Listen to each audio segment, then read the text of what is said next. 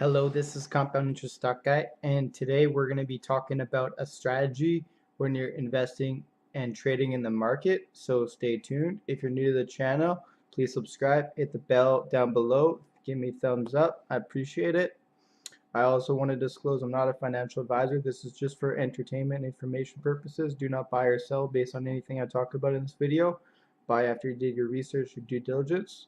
So in the background here, I got Costa Rica surfing. At least that's what when I did a Google image, this is what came up.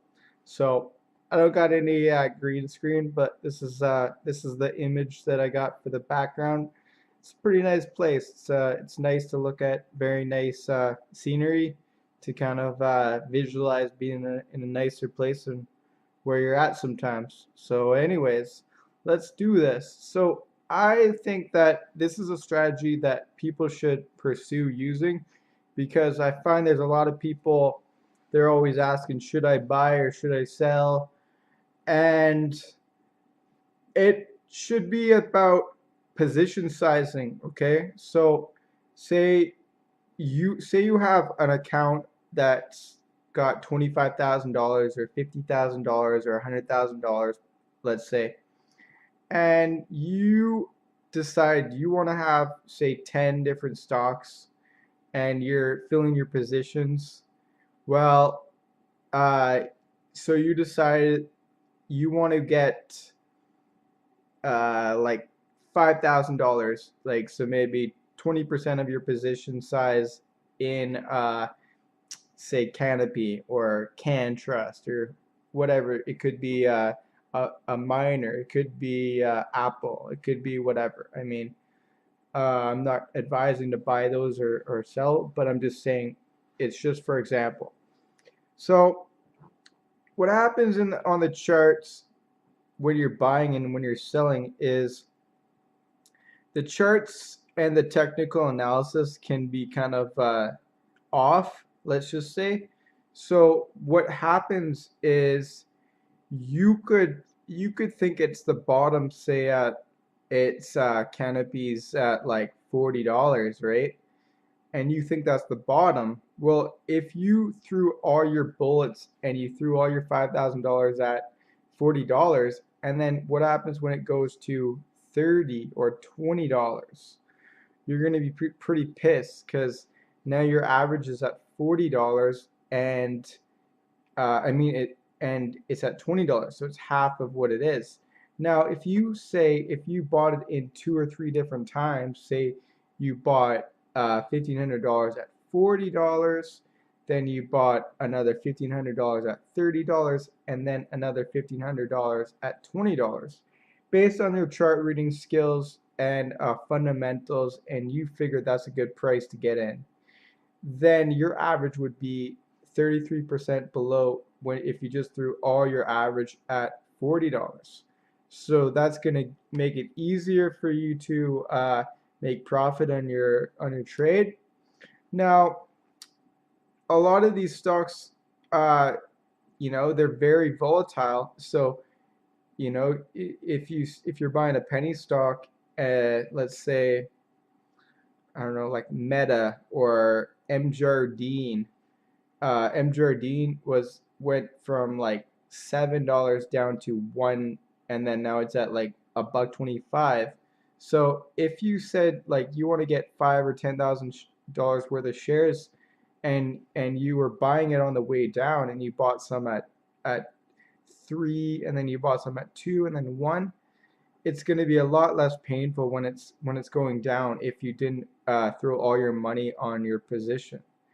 So it's something that I have been focusing on for the last, I'd say, probably 4 to 5 months, and it's something that is helped me be more emotionally strong when I make a position, and I think it's a smart and it's a fundamental strategic way to get in and out of the position. So that is the first part of this series about scaling in. So now we're going to talk about scaling out. So say you bought Tilray at $25 when it IPO'd, and you figured, oh, it's a great price at $75, and you're like, I'm just going to sell all my shares. Well, that might have worked, but not what happened in September, because it ended up going to 150, and then it went to 300, and then it closed at $214. So if you would have sold, say, 20% or 30 or 40%, let's say, and kept the rest for going along, then you're protecting, you're taking profits. So that's a good benefit of scaling out of your position, but not completely. And that leaves you with the upside. So then you still have 80% of your shares. So now when it hits $120 or $150 or whatever the case, when you get into a position, you need to have a strategy, or else you're just winging it. I mean, you can change the strategy along the way based on different factors, but I think you need to have a strategy, because you it can really mess up your trading. Because say stock goes from like $20 to $300, and then all of a sudden it goes to like $50, and you'd be pissed, right? Because you're like, oh my God, I lost all my upside. So you need to know when you want to get out of a position. Now, you have to think about things like, so then you could sell your 20%, your other 20% out at 120, and then you still have 60% of your position, and then you can sell some at like 150 or 200, and then keep like 30 or 40%, and then you sell some at like 220, and then like, and or maybe it goes back down to 100, and then you're like, oh, I'm going to sell another 20% or so, and then you only have 20% of your position.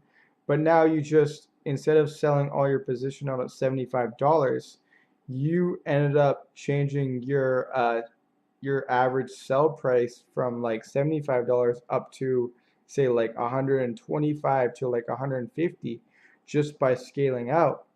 So it's a strategy that works effectively in making sure that you don't pay too much when you're getting into a position, and then it makes sure that you're keeping upside leverage for when it starts going up, and it also saves you downside leverage in a sense, because you've already taken profits at a certain point. So it's a thing that it's not really that well used by retail investors, but it's something, I'm sure I'm not the only person that's thought of this. There's lots of other people. I haven't seen really like a video directly on this, but I'm sure there is some.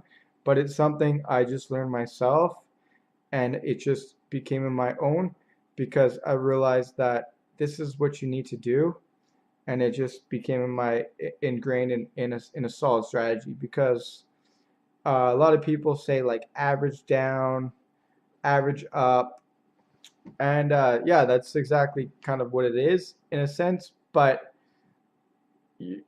you're basically you're not putting all your eggs in one basket and being like, okay, you're buying it at 45 cents or $45, and this is the best price. You realize that there's inefficiencies in the market, and you can't really predict the price action 100% unless you're the big money, the big institutions, and able to figure out where the stock's going. So this helps you keep money for the upside, and it makes sure that you don't pay too much money. So, and it keeps you emotionally in check. A lot of times what can happen to new investors is they'll buy a stock at, say, $25, and then it goes to $50, and then it goes to $22, and then they're selling their shares, and then they lost $3 per share. So this strategy, if you learn it and you play it, this will enable you to win more trades and be a more consistent investor trader. I truly believe that. I hope you learned a lot from this video. Please give me a thumbs up, subscribe, hit the bell down below, leave a comment, tell me if you've used this strategy before, or if you think it's a strategy that you'd like to use and think it's going to be efficient to helping your gains. Let me know. Until next time, Carl, peace.